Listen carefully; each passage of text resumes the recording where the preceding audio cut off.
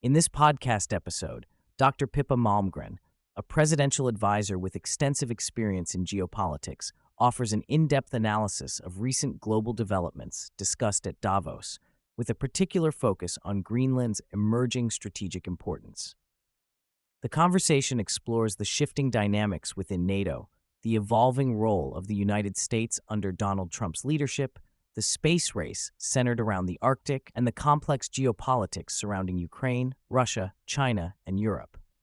The episode also touches upon contemporary energy debates, media narratives, and the broader struggle between prevailing worldviews and emerging populist voices. Dr. Malmgren explains how Greenland, an Arctic island and Danish territory with a population of around 58,000, has unexpectedly become a focal point in global geopolitics. The United States, under the terms of a 1951 treaty, retains significant military rights there and has recently signaled the need for increased presence due to rising security concerns, especially in light of the ongoing conflict in Ukraine. Greenland's geographic position is critical because it lies near the Juke Gap, the maritime corridor between Greenland, Iceland, and the United Kingdom, through which Russian nuclear weapons could potentially gain access to the Atlantic. Greenlanders themselves desire full independence and want control over their future, but recognize the strategic necessity of alignment with the U.S. for protection. The complicated interplay among the U.S., Denmark, and Greenland reflects a negotiation process underpinned by sovereignty concerns and strategic security imperatives. Beyond military considerations, Greenland's importance is heightened by its role in the emerging space race, where the Arctic serves as a vital node in satellite communication networks. The U.S. and China are locked in competition over space-based technology, which promises revolutionary advances such as solar power beamed from orbit, access to rare energy resources like helium-3 on the Moon, and asteroid mining. These developments could redefine energy, resources, and global connectivity. Greenland is home to critical ground stations, e.g. Svalbard, supporting mega-constellations of satellites that enable internet services and data flow worldwide. Recent sabotage of Arctic internet cables has underscored vulnerabilities, spurring the need for backup infrastructure on Greenland. This pivot to securing the Arctic ties space-based technological competition directly to terrestrial geopolitical strategy. The discussion highlights a perceptible shift at Davos, where long-established liberal globalist positions are being questioned. Dr. Malmgren frames the tension as a battle between priests, global elites who champion a rules-based international system, and power, populist forces asserting national sovereignty. The old globalization model, which outsourced jobs primarily to China, is giving way to a new dynamic where jobs and capital migrate more broadly, including back to the West. This change challenges the established international order and the gatekeepers who resist altering the existing system. Donald Trump is seen as a figurehead for this populist movement, emphasizing national sovereignty, manufacturing revival, and economic self-sufficiency. Simultaneously, traditional policymakers and elites recognize the need for adaptation, but resist attributing credit, creating friction within Western alliances. While highly polarizing, Dr. Malmgren suggests viewing Trump's actions through the lens of pragmatic geopolitics rather than tribal emotion. Despite the media portrayal of Trump as abrasive and divisive, his approach at Davos was surprisingly conciliatory and focused on peace and alliance building, tempered by sharp critiques of Europe's energy policies, economic ambitions, and defense commitments.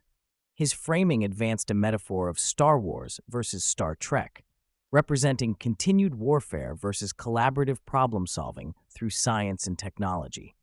Trump has advocated for ending the war in Ukraine and redirecting resources toward innovation, such as the recently announced Genesis mission, which aims to declassify and share advanced technologies across U.S. national laboratories to accelerate public benefit, particularly in energy and material science. Dr. Malmgren paints the ongoing conflicts, notably in Ukraine, Taiwan, and Gaza, as interconnected, and suggests that superpowers may pursue a Yalta-style multilateral deal to resolve these issues comprehensively. She points out that many narratives oversimplify conflicts as separate or morally binary, ignoring deeper complexities and shared responsibilities. Trump's efforts to declassify information on U.S. involvement in Eastern European revolutions and to negotiate peace highlight that resolution requires acknowledging nuance rather than strict villainy. The episode also discusses the delicate balance between military posturing, economic interests, and the necessity of reintegrating erstwhile adversaries like Russia and China into the global system to avoid catastrophic escalations.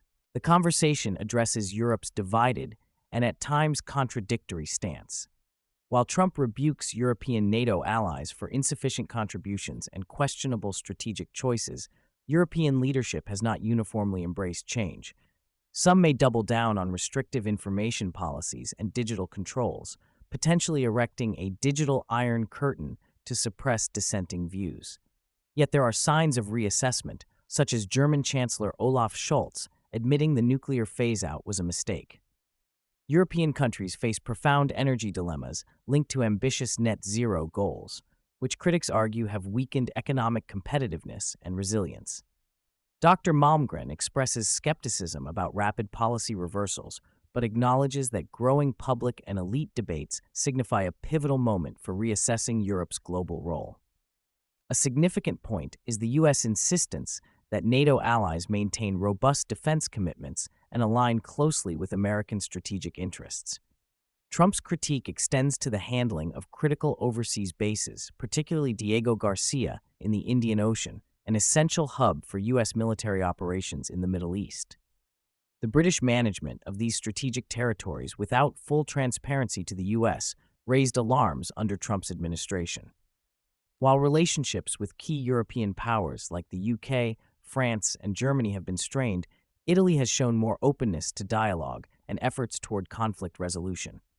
The episode underscores the risk for any allies sidelining U.S. leadership as self-defeating, given America's unrivaled global influence and military capability. Dr. Malmgren illustrates a cultural divide within the United States between its politically and economically dominant coastal regions and the more conservative, economically focused central states.